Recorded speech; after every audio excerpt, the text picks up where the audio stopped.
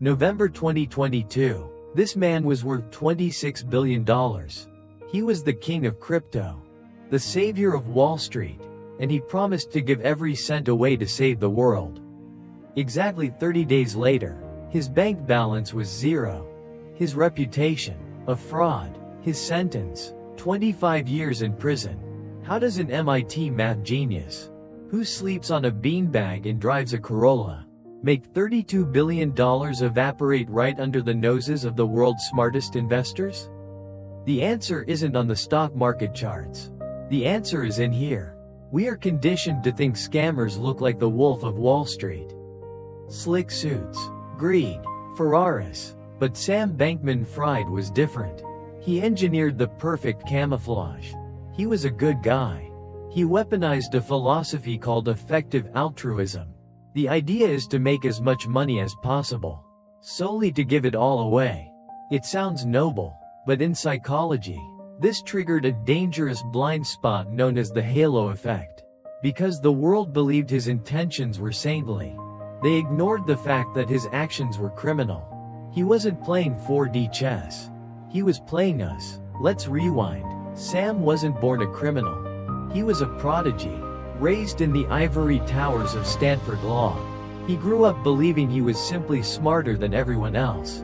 In 2017, he discovered an arbitrage trade with Bitcoin in Japan. He made $20 million in weeks. That kind of easy money hits the brain like a drug. It injected Sam with a fatal dose of overconfidence bias. He started to believe that the rules of traditional finance didn't apply to him.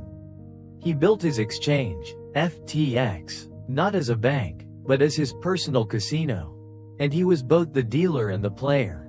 The cracks were forming, but nobody looked down. Why? Because Sam's sloppy appearance was part of the con. Investors threw millions at him without doing due diligence because they didn't want to miss out on the boy genius. This is herd mentality at its peak. Behind the scenes, Sam's hedge fund, Alameda Research, was bleeding cash. Instead of folding, Sam did the unthinkable. He secretly programmed a backdoor to siphon customer funds from FTX to plug the holes in Alameda. Psychologists call this the normalization of deviance. The first time he took the money, he probably felt sick. The second time, less so. By the 100th time, it was just business operations. He told himself he was just borrowing it. But in gambling, the house never gives refunds. November 2022, a leaked balance sheet revealed the terrifying truth. The emperor had no clothes. The $32 billion empire was built on tokens that Sam printed out of thin air. Panic set in. A digital bank run. Billions of dollars in withdrawal requests hit the servers in hours. In his Bahamas penthouse, the silence was deafening. The celebrity friends vanished. The politicians stopped calling. Sam was left alone with the brutal reality. He wasn't a savior. He was a gambler who bet with other people's life savings and lost everything. The scariest part is that even during his trial, Sam couldn't admit he was wrong. He blamed the market. He blamed his ex-girlfriend.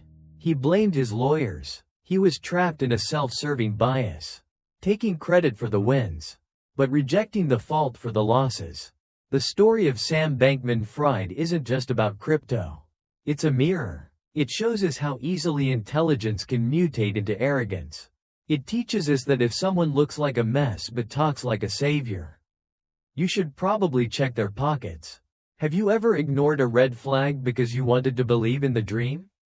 Let me know in the comments below. If you want to understand the dark side of human nature, hit that subscribe button. Next week, we're decoding the psychology of the fake it till you make it culture. You don't want to miss it.